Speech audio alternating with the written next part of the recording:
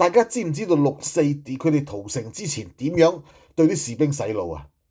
佢哋要放條片，就係當時有架軍車俾人燒着咗，有軍人俾人哋剝穿頭用頭盔。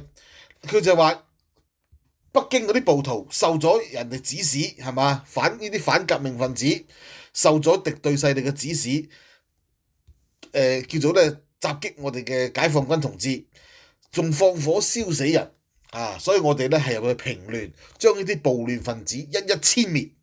呢啲人大家見到唔使留情，所以你見到嗰啲人追住嚟掃咯，係嘛？因為佢哋已經俾人洗咗腦，呢啲係暴徒嚟嘅，呢啲係壞人嚟嘅。同樣，張又俠嚟緊喺軍事法庭審訊，佢一定係叫晒所有高級軍官噶啦。